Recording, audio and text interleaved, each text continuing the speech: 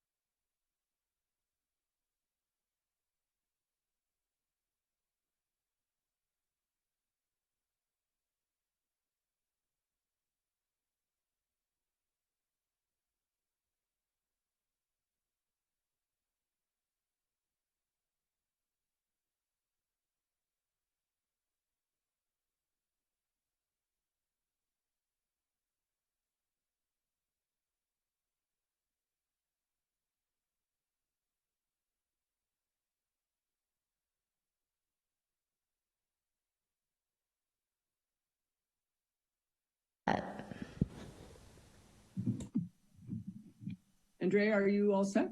We're all set. All right. Good evening. I'll bring the meeting of the April 19th, 2021 San Carlos Planning Commission to order. We begin with the Pledge of Allegiance. If you would please join me in the Pledge of Allegiance. I pledge allegiance to the flag of the United States of America, to the republic, one which nation, stands under God, one nation, indivisible, liberty, justice for all. Andrea, a roll call, please.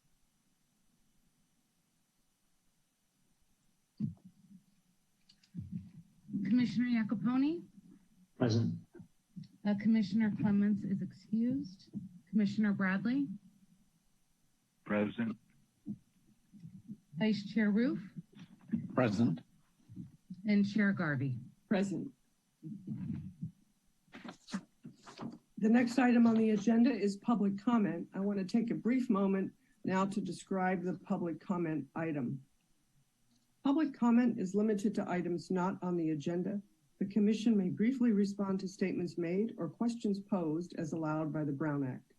However, the Commission's general policy is to refer items to staff for attention or have a matter placed on a future Commission agenda for a more comprehensive action or report. Is there anyone in the waiting room who wishes to speak on an item this evening that is not on the agenda?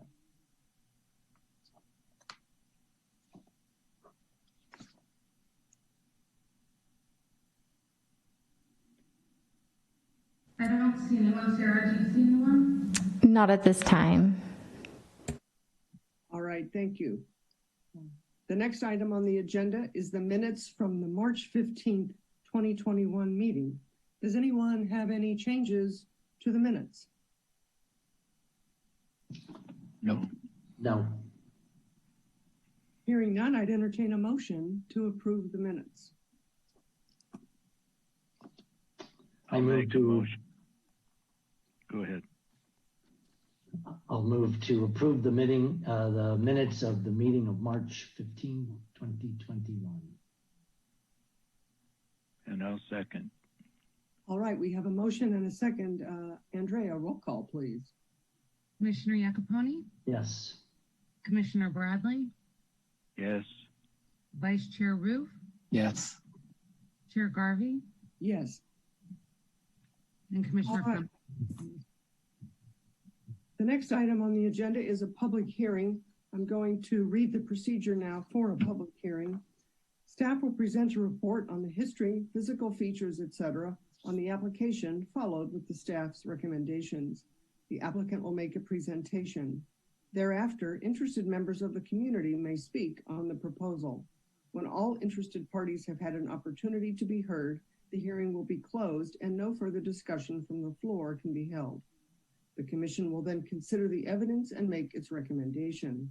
If you challenge a public hearing item in court, you may be limited to raising only those issues you or someone else raised at the public hearing described in the notice, the public notice, or in written correspondence delivered to the city at or prior to the public hearing. Speakers will be called upon by the last 3 digits of their phone number and should state their names prior to addressing the Commission. This will assist staff in the preparation of the minutes. Our first item today is, our only public hearing item today is 521 Winding Way, APN 049-020-010, PLN 2019-00209. The proposed project includes design review for a new residence, a variance, a waiver, and a stream setback determination.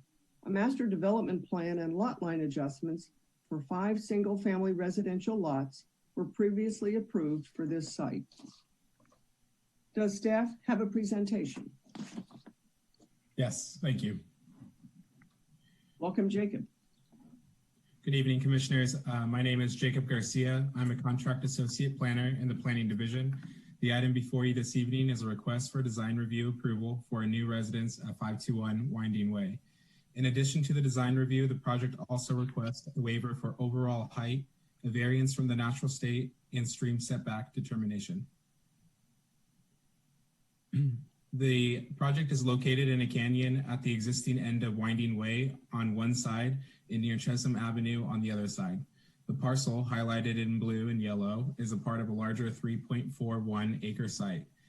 The site is bordered by open space and unincorporated San Mateo County. There are several houses located uphill from the site, and in this portion of the road, Winding Way is currently under construction.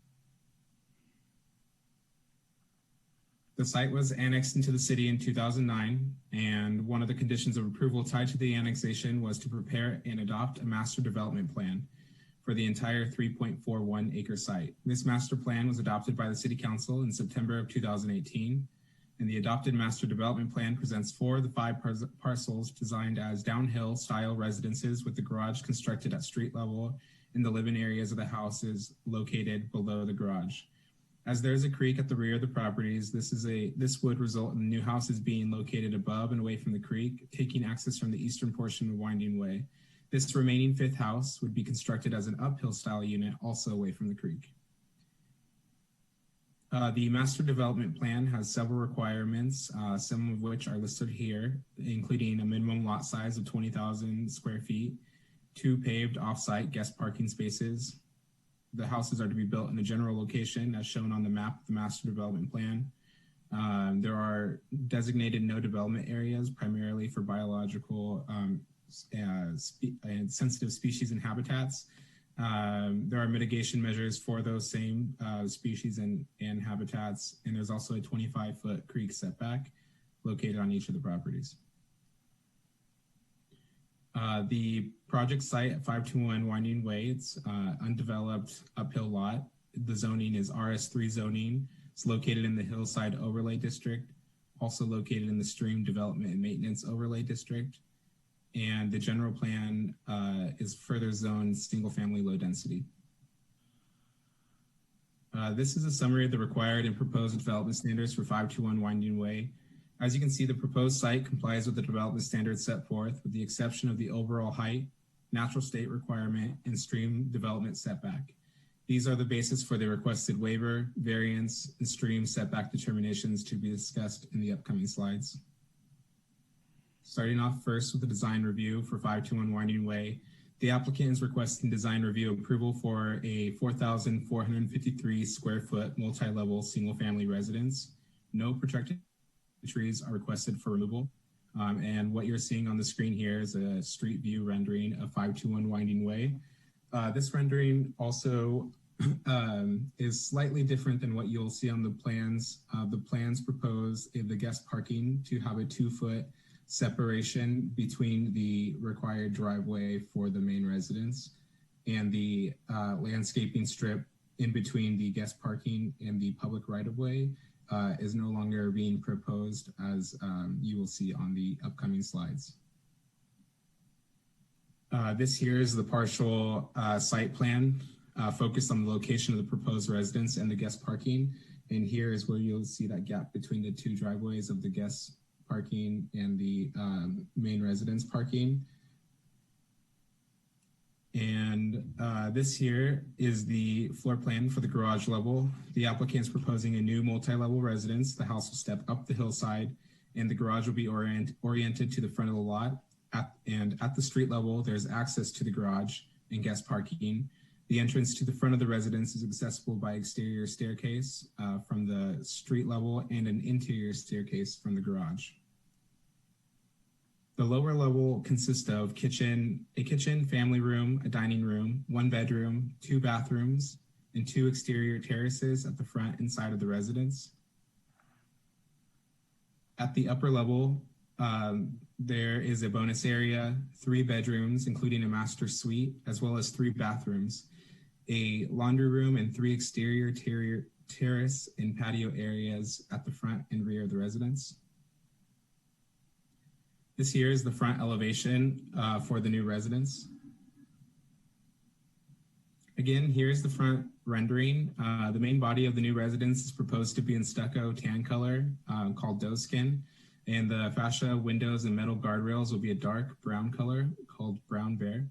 The garage and lower exterior stair retaining walls will consist of a stone veneer, which is labeled as cultured stone Southwest blend profit to complement the color and materials of the stucco and the fascia. The proposed roofing will be a GAF Everguard dark bronze color with a decorative gravel topping. This is the elevation from the rear side of the residence. As you can see, it's built into the hillside. Here is the here's the left side elevation for the residence. Here's the right side elevation for the main residence. I will now detail the request for the overall height waiver, the natural state variance, and the stream setback determination for the guest parking. The applicant is proposing a height waiver to allow deviation from the overall height of 35 feet. The municipal code allows this deviation for up to 10% of the requirement, and the applicant is requesting an overall height of 36 feet, 5 inches. And as you can see here on this slide, the allowable height of 35 feet is labeled there with the red orange line, and the proposed height with the request for the waiver is at 36 feet, 5 inches indicated by the blue line. The slope of the property has a direct impact of the height of residence per the municipal code. A maximum natural state variance of 85% is required. The area that counts against natural state includes not only the footprint of the residence, but also the driveway, retaining walls, paving, light wells, etc. And the greater the requirement for natural state, the less allowable area for the footprint of the residence, and the more likely the height and number of stories would have to increase. Further, staff requested that the roof have attractive gravel or similar as it is visible from above, and this requires a minor increase in height to create a parapet to contain the material. For the variance request, the applicant is requesting a variance from the natural state requirement found in the Hillside Overlay District. Based on that requirement, 84.4% of the lot would be required to be in natural state. This would mean that no structures, paving, or any disturbance of the land could occur within the area, and that the maximum allowed disturbed area is 15.6% or 5,566 square feet. However, as the first diagram shows, just the parking and stormwater measures alone make up a majority of the maximum allowed disturbed area. Therefore, a variance is needed to build a residence beyond the garage, guest parking, and stormwater requirements. And on this slide, if the variance is approved, the applicant will be able to maintain a 77.7% of the lot in natural state as shown. The stream setback determination, the applicant is requesting a stream setback determination for the 2 guest parking spaces located within the required 25-foot stream setback. The master development plan requires that there be 2 off-street parking spaces for 521 Winding Way, and the master development plan approved plans demonstrate that the off-street guest parking would be located, at the front right side of the residence. The applicant is requesting to instead locate the guest parking within the 25-foot stream setback to the left of the residence above a culvert provided for the drainage below the street. This new location is also within the extent of a tributary that runs into the Pulgas Creek, which is just downstream of the culvert.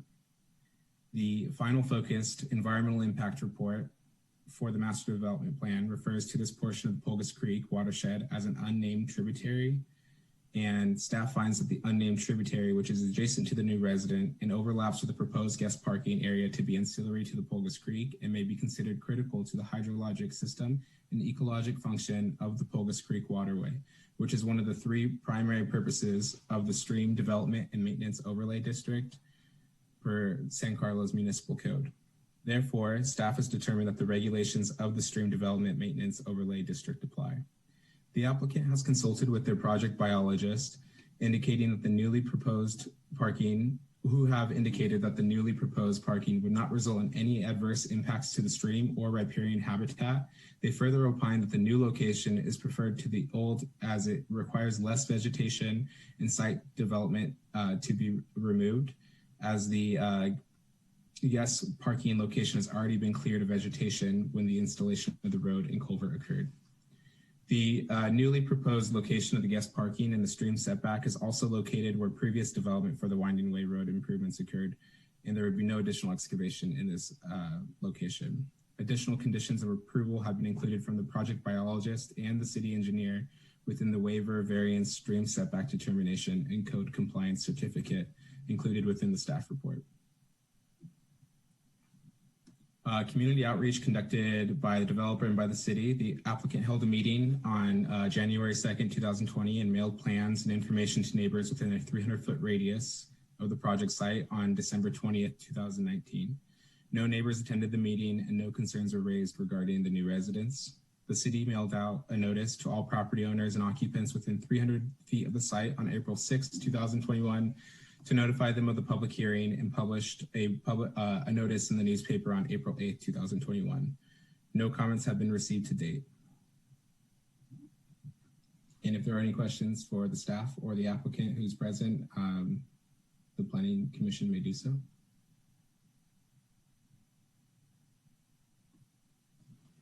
Oh, I think you may be on mute.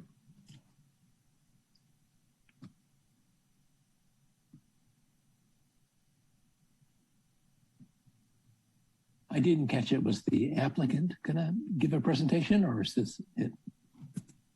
Sorry, Jacob, I was on mute. Thank you for that presentation. Do any of my colleagues have any questions of Jacob before we hear from the applicant? Okay. No.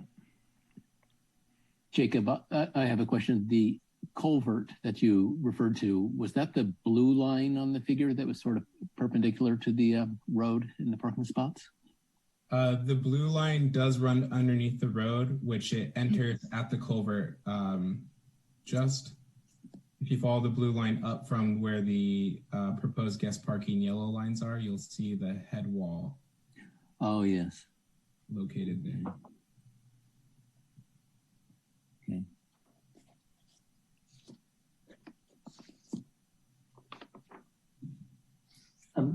Maybe a follow-on, and if we could stick with that picture for just that image for just 1 minute, please.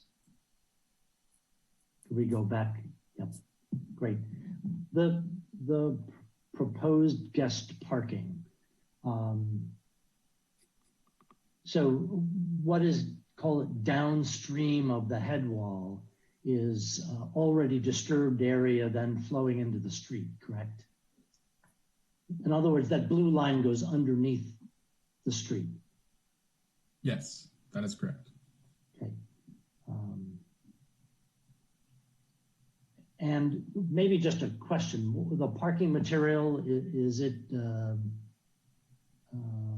porous or solid, or what's planned?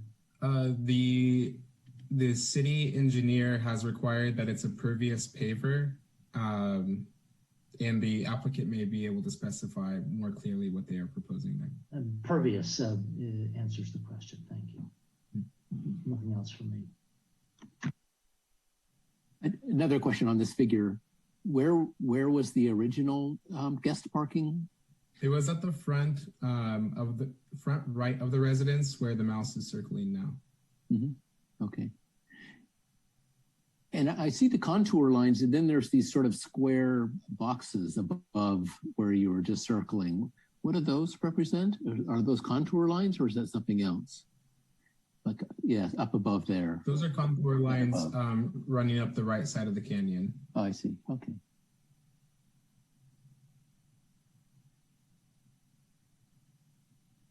Jacob, this is Ellen. Going over to where the guest parking is, you mentioned that there was originally continuous pavers from the regular driveway over to guest parking, and that instead there's now a separation. Did I understand that right? Yeah, that's correct. There was a iteration before the final iteration that represents this rendering here. But per the municipal code, there's a 2-foot landscaping strip that needs to be maintained on both sides of the driveway, the required driveway for the main residence. And so the final rendition of these plans implemented that and complied with the municipal code by separating the guest parking spaces from the driveway of the main residence. Okay, that's very helpful to know that this is done for aesthetic reasons as opposed to an issue with drainage that came up at the last minute. That's very helpful. Thank you. Of course. Any other questions before we hear from the applicant? All right, does the applicant have a presentation? If so, you may begin.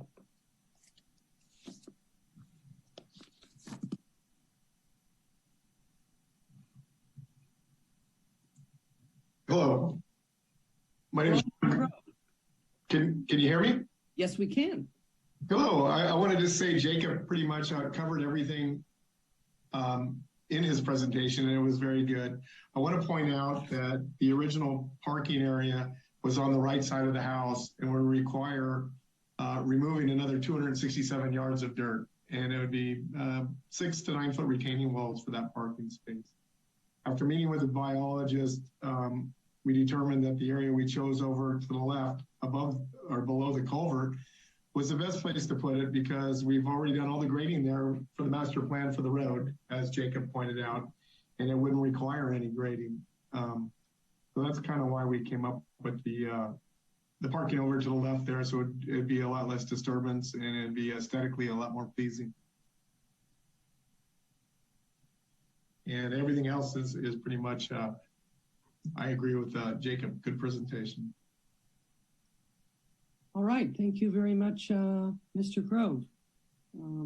Any colleague questions of Mr. Grove before we see if there's anyone from the public who would like to speak?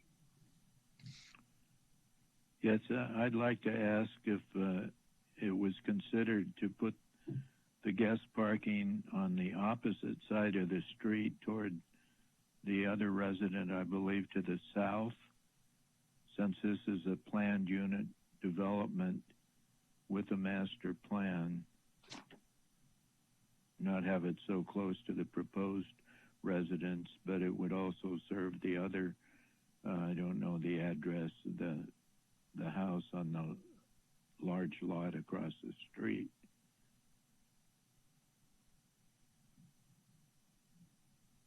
Or is it topography out? I'm looking at a little map. I can't see the contours. Through the chair, each house is required to provide 2 guest parking spaces.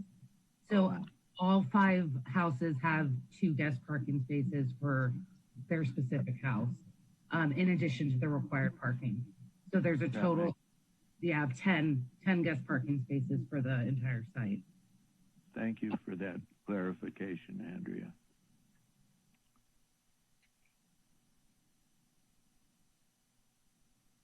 Mr. Grove, this is Ellen. I had 2 questions, both relating to drainage. The first one is on drawing, I think it's C5 in the packet.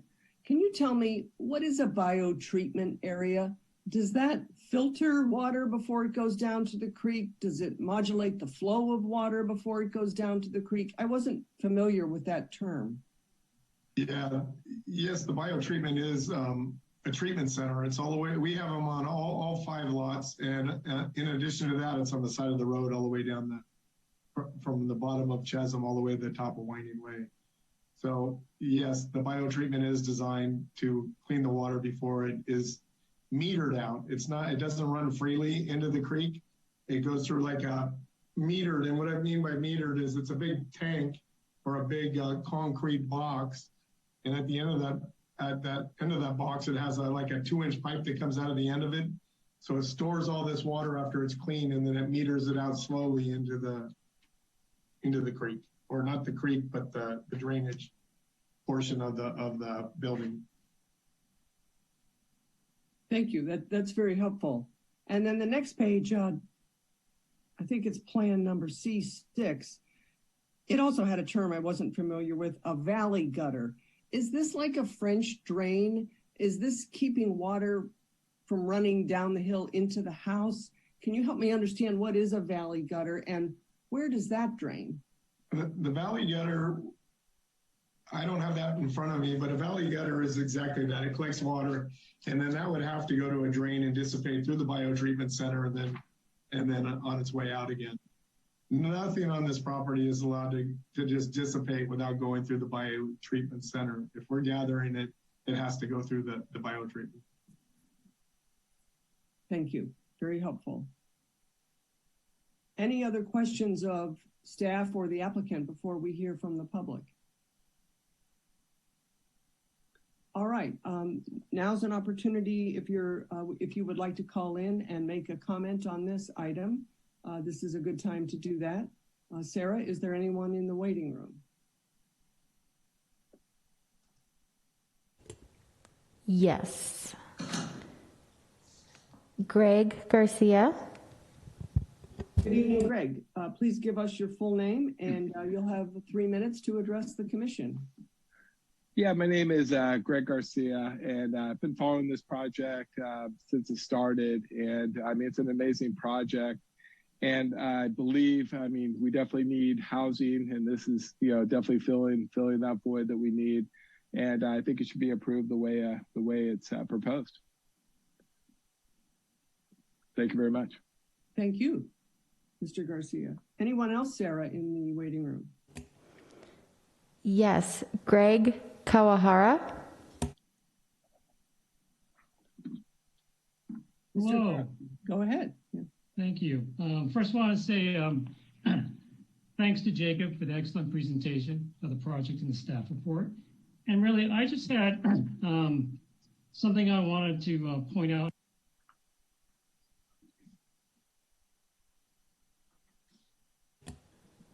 Mr. Karahan, did you go on mute? We heard you and then you cut off. I'm sorry. Can you hear me now? Yes, we Is can. that better? Yeah, much better. Thanks. What I was like to point out is item on packet page 23 of the conditions of approval. Items number 21 and 22. I think those numbers for the overall height and natural state should match those of packet page 21, items 2A and 2B. Thank you. Thank you, Mr. Kawahara. And Andre, I'll defer to staff and or the applicant to locate this discrepancy. So, go ahead. Through the chair. Yes, I identified that these are inconsistent and can be updated to match the proposed height waiver as well as the variance to the natural state. Thank you for pointing that out. Yes, thank you, Mr. Kawahara. Through the chair, if the commission does decide to approve this item, if you could just add that into the motion as well, was just updating the conditions of approval to match the plans for those. Thank you.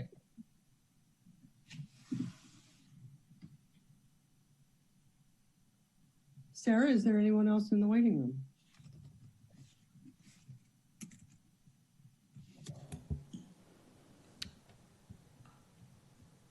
Chair Garvey, Ron Grove would like to speak. Yes, Mr. Grove.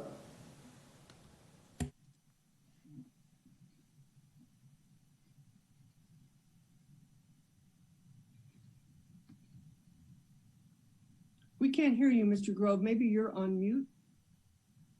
Oh, I'm sorry. I think the discrepancy was the height was one of those, and it dropped the height down to 36'5" versus 37 something, which was in the packet. So it actually reduced the height, and it made a little change to the, I believe, to the natural state, if anybody's wondering what that was. Thank you for that clarification. Sarah, are there any other callers in the waiting room who'd like an opportunity to be heard? Not at this time. If not, and hearing none, I'd entertain a motion to close the public hearing. I'll move we close the public hearing. I'll second that. All right, we have a motion and a second. Andrea, can I have a roll call? Commissioner Iacopone, Yes. Commissioner Bradley, Yes. Vice Chair Roof, Yes. and Chair Garvey. Yes. All right, we've heard from staff, the applicant, and the public. I'll now open up the meeting for discussion amongst commissioners. Who would like to start?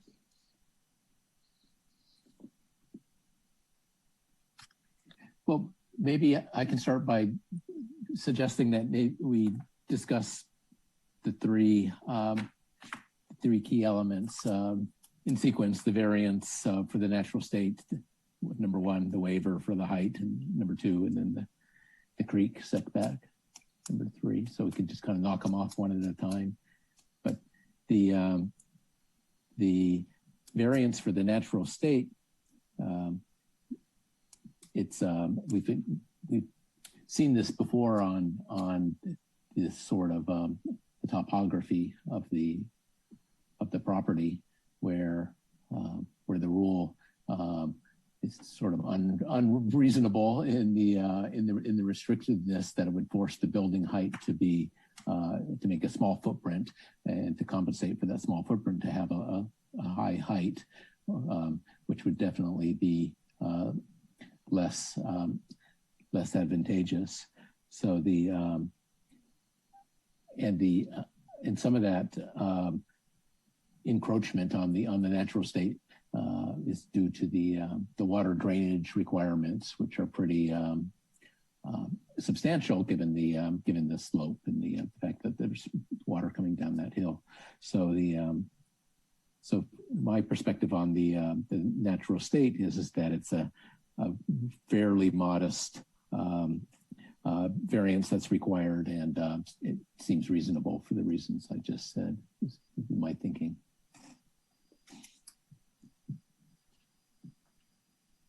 I would agree with that. I do recall this a very similar request being made for the previous 4 properties. It's a very steep area. I did go see the area, it's been maybe 10 months now, and it is extremely steep. So I understand the request and agree that it seems modest and it seems reasonable.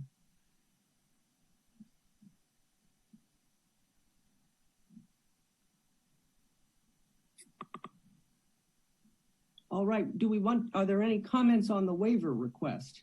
This has to do with the height. No. No. I guess I would comment that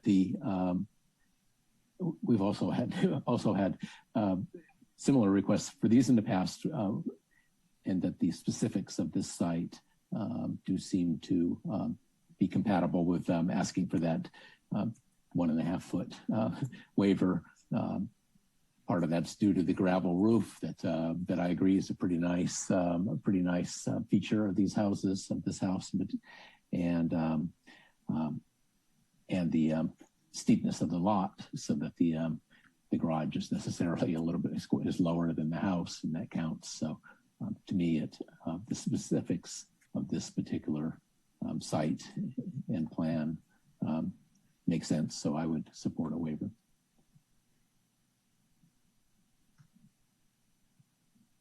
I would agree with that. I seem to remember from the previous properties, part of this additional height is there was a parapet or a little bit of a boundary around this attractive gravel And I'm guessing that that is similar for this design.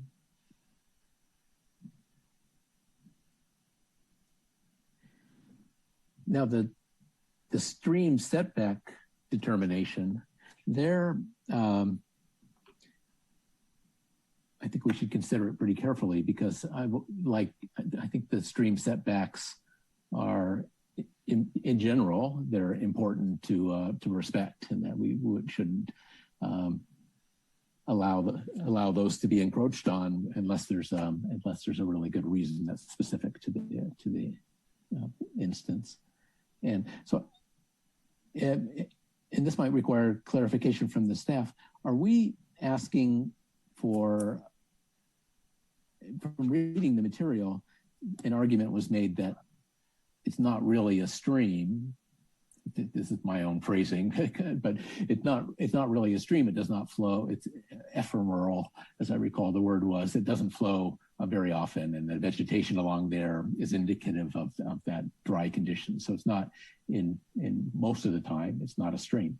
And that therefore the setback rules shouldn't apply. So that would be one. If we're saying, okay, we agree it's not a stream, then, then there's not an issue with the setback.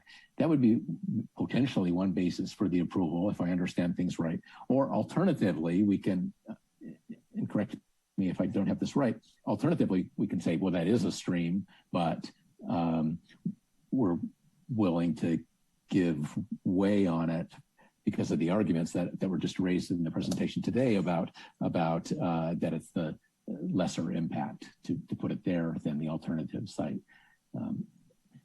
So I wonder which basis would we be approving if we were to approve it? Are we saying it's not a stream, or are we saying that it's better that it's okay to put it there? It is a stream and it's okay to encroach. Through the chair, I can go ahead and answer that and provide a bit of background as well, if that's okay with you. Yes. So yes, Commissioner Ruth, you're exactly right. This is very different than any of the other stream setback determinations you've seen. This project in particular, as Jacob mentioned, has a very long history, as well as a final environmental impact report and a lot of analysis that's been done on it. Before talking about the stream setback, the applicants did speak with staff. And everyone agreed that the proposed location now of the guest parking made more sense in terms of disturbing less area, as the proposed areas where they're proposing the spot is already graded. So once we thought that yes, staff can support that, we looked at the stream or the culvert there, and the fact that there were these tributaries going in. Now, in the past, we have not had an issue where there's been a tributary. It's been the actual creek or stream. However, with the fact that there's already been an environmental analysis done, and we wanted to make sure, and stepping back, and that the creek ordinance specifically talks about tributaries and the purpose behind them, we wanted to apply it in this case for two reasons. One was we wanted to make sure that we had the biologist report and make sure that it's not causing any additional impacts, which was provided. The second thing is by doing the setback, it limits the location of the parking to what's shown on the plan. So if this is approved and the applicant builds this, if they were to make any changes to that guest parking, it would need to come back to the commission for review and trigger another biologist review. And so we wanted to make sure that we are considering that in relation to the stream itself and being really conservative about where that parking will be located. If we went through the process of determining it shouldn't apply, which we did discuss, at staff level and with all of the relevant departments, there was concern about that because we would basically, need to do a lot more research, go through the general plan a lot more than we did to say, is this or isn't this a creek, probably get an interpretation on it. And it seemed that determining this setback would make it process-wise, give the commission a way to look at any changes as well as impacts to the creek. And that's a bit long-winded. I don't know if I answered your question enough or not. So we agree it's a creek. Staff believes the stream Okay. setback applies Yeah. and Okay. also supports the proposal of where it's located. Okay. The parking, yes. Okay. Maybe, Andrea, if I could then follow up, please. So there is a natural tributary, which is, we'll call it uphill from that head wall, that concrete U or funny shaped V, right? That uphill from there, kind of the upper to the left, that's natural and that's not being disturbed. Is that correct? Correct. And this line is actually, you know, as it gets to the road, it's under the road. So it's interesting because it's in a different, the proposed parking's in a different plane than the tributary itself and the culvert. Right. Yeah. And So this, sorry, just to clarify that, to make sure I understand, when that blue line passes through that shape, whatever we call that shape, that head wall, it goes from above ground to underground. Is that right? that is correct. So there's really a pipe. So that yellow box is sitting, those two cars are sitting over a pipe that's underground. Yes, exactly. And how deep is that, would you say? I mean, roughly, is it 5 feet, 8 feet, 2 feet? Just any idea? I'd like to ask the applicant to respond. I'm not too sure Yeah. off the top of my head. I think you are good, Ron. Yes, that pipe below the road at that section there is probably about 13 to 15 feet deep. Right. So thank you. So the stream is natural, kind of uphill, and then it disappears under the road 13 feet deep. Yeah, and at the end where that arrow is now is more like 20 feet. Okay. So therefore, the cars are sitting on soil that's already been disturbed. Yes, we graded that whole thing per the master development plan and put in that head wall that's there. So everything that you see there, that off-street parking is adjacent to the road. That was all graded and that pipe was put in. That used to be about a 20-foot deep ditch of erosion from when the old pipe eroded over the years. Yeah. And we had to backfill that whole section there, build that head wall and stick the pipe in below to build that road. So everything that you're seeing there as far as parking's going, we've already graded and done. It's complete. All we're doing is putting the pervious pavers on top and parking on it. Great, thank you. That gives me, I can picture that. So thank you. Thanks for that clarification. So I think then maybe, from my, I like the idea that we've already got a piece of land which has been disturbed. We're not disturbing another piece of land. We're not contributing to a further reduction in natural state, 1, and 2. While I see that the side of the cars may be, near this stream, they're actually closer to the street, and I guess anything washing off the cars would be out in the street anyway. So I'm less concerned about it going into, it's not like it's flowing downhill into the culvert. So it seems like a reasonable conclusion to not disturb over on the right side and to take advantage of what sounds like it's a dirt parking lot already on the left side.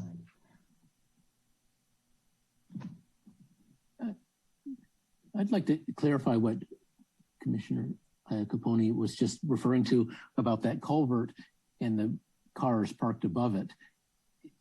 Is it possible for water to flow off of the cars in the area surrounding it, sort of the darker gray area on the figure, down the hill, up, which would be sort of up on this figure and into that culvert, so not go through any biocontainment or not go on the street, but go directly into the stream? Or is that is there a curb or a slope that would prevent water from flowing? Where does the water that comes down on the cars go? I can answer that. Okay. Would you like me to answer it? Yes, please. Yeah, along the road, that whole road is designed with the biosoil treatment. So if you're looking at the road side of the project, that whole road slopes back towards those cars. And there's a biotreatment center that runs the whole length of that road, which is about 2,400 feet long.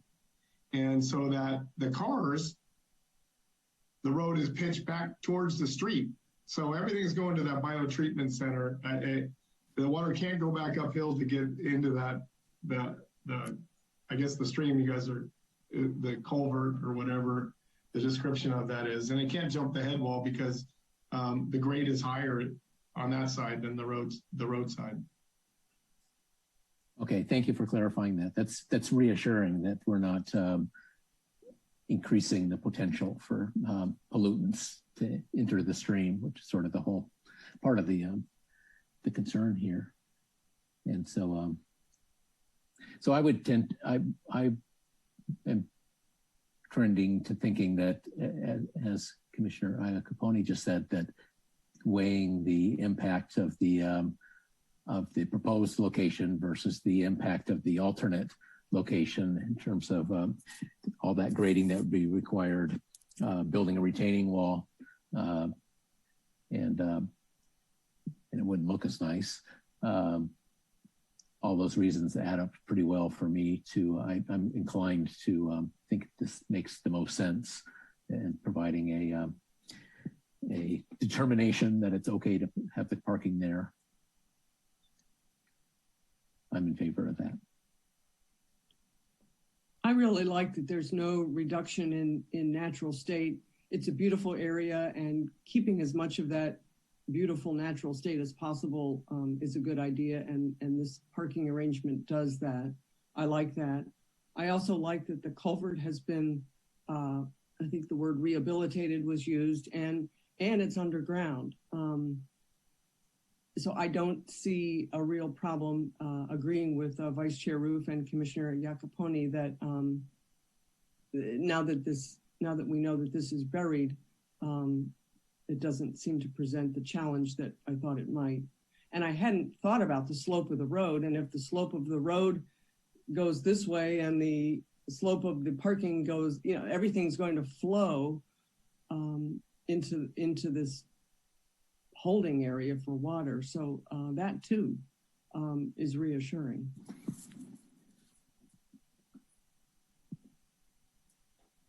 Just some basic questions for clarification. Can you tell me when the road is going to be paved, and how wide is the right-of-way and how wide is the pavement? Are you asking me, Ron? Yes, Ron, can you answer that? Yeah, the first 1/3 of the road we paved last Thursday. So it's paved all the way up to Kings and Queens Court, the little bypass road. That has been done. We don't want to pave the rest of the road until, of course, we get permits and we get the grading done, or we'll destroy the road. The road is 22 feet wide, including the walkway, which is strong enough to hold a fire truck. So hopefully that answered your questions. Yes, thank you very much.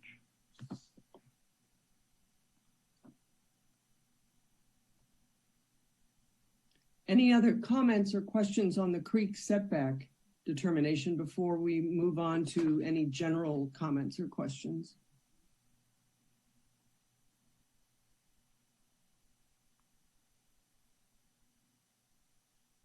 I had a general comment or a question. I thought it was a very attractive home, a beautiful design. I really liked the natural colors. I liked the natural materials. I thought the colors and materials were chosen to either blend in or enhance the beautiful natural environment that this home sits in. And I appreciated the thought that went into choosing that. I also liked that the home was going to be all electric and that the utilities were going to be undergrounded. So visually and functionally, it's going to work quite well.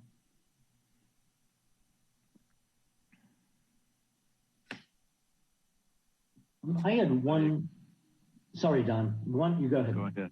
No, please. Go ahead. All right. Andrea, I had one follow-up. The list of conditions in this approval, are there any that are different? I mean, leaving these 3 requests aside, are there any that are materially different from any of the other 4 properties? They seem the same, but is there anything you would point out to us that's different as a condition? I'm actually going to ask Jacob to answer that. I think that as far as I know, the only sort of different conditions have to do with the 2 parking spaces that engineering required, such as the pervious pavers. But I'll let Jacob add anything else. Yeah, that's correct. The only differences between the conditions of approval for this project and in the previous project is related to the stream setback determination and for the specific numbers specified within the height waiver and the natural state variance. The last project also had conditions related to removal for trees. So they generally all have the same set of conditions outside of their specific request, as they all are citing the same master development plan and zoning requirements. Great, thank you very much. And I would just then echo Chair Garvey's comments. I thought it's an attractive home and an attractive floor plan. Looks like it'll be a nice place for a family to live. So well done to the design team, and it'll be a nice addition to San Carlos. Yeah, it wasn't an easy design. I liked how you took advantage of the fact that you were building up a hill and layered the house such that you didn't have to dig out a whole bunch of the hill. You nestled it into the side of the hill. I thought that was nicely done. Yeah, I agree. It fits very nicely in with the landscape there. So it's very compatible with the neighborhood and the environment there. I would like to applaud the owners and the designers, architect, engineers, for, as my fellow commissioner said, the site planning and having gone to architecture school in the 50s myself, I love modern design, and I appreciate the way you did this project, and also mitigating the measures, respecting nature, the waterway, and the trees. And speaking of trees, not only did you not remove any protected trees, you adding, I think it's 6 more trees. And I looked at the location of those trees, and I think many or most of them are going to be visible from the street. It should be very attractive once it all gets done.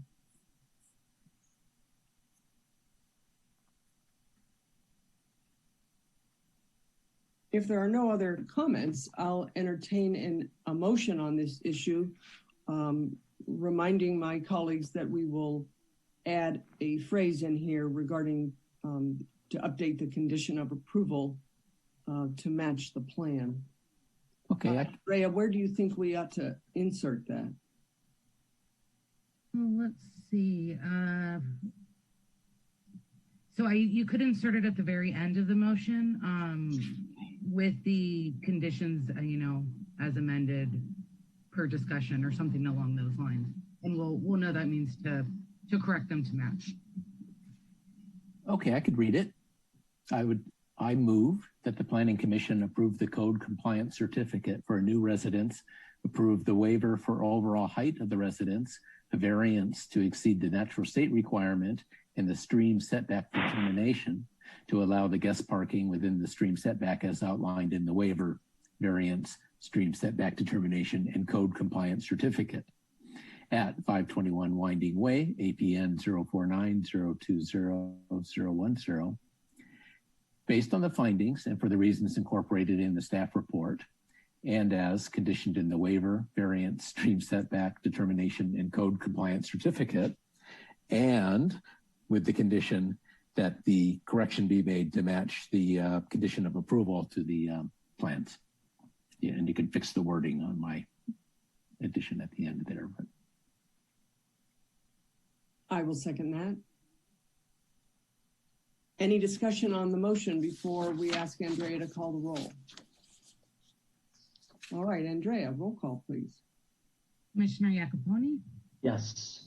Commissioner Bradley, Yes. Vice Chair Roof, yes. and Chair Garvey. Yes. All right. Thank you, everyone. I want to thank everyone from the public who called in. We appreciate that. And I want to thank Mr. Grove and his team. You've been before us, I believe, 4 times. Best of luck in getting this last phase done. And good project. That house is very attractive. Thank you very much. All right. Moving on now to reports, correspondence, and general information. Report on recent city council actions. Andrea, do you have anything for us this evening? Sure. So just a few items of note. At its last meeting, the city council decided to continue to allow the on-street dining program, at least until September, as was originally decided. The other item of note was an appeal that went to city council for 977 Laurel. And this was the condo conversion that was denied by the planning commission. It was appealed up to the city council, and the city council voted 2-2. So 2 to uphold the planning commission decision and 2 to approve the applicant's request. The city's municipal code does explicitly state that during an appeal hearing, if there is a tie, then that has the effect of upholding the planning commission decision and rejecting the appeal. So that item was rejected, and the planning commission's original decision to deny the conversion stands. So those are the 2 big items at the last hearing. All right, thank you very much. Moving on to planning commission comments or reports. Any commissioners have any comments or reports? I would just like to give a note of thank you to Lisa Porras for her forward view of the calendar. It's really helpful to be able to look out, even if maybe a date or 2 will change. Good to know what's coming. So great, and thank you. I'm looking forward to Earth Day next week. I think Yes. it's next week. All right. And I had one item to add. On March 24th, I attended the East Side Innovation Workshop. This was very well attended and very well run. We talked about various development types for the East Side, various traffic and circulation options. It was well facilitated and a lot of great comments. So I think city staff got a lot of information, and we'll be hearing more in the coming months on the next phase of that important project. Moving on now to correspondence. Andrea, any correspondence? No, there is no correspondence this evening.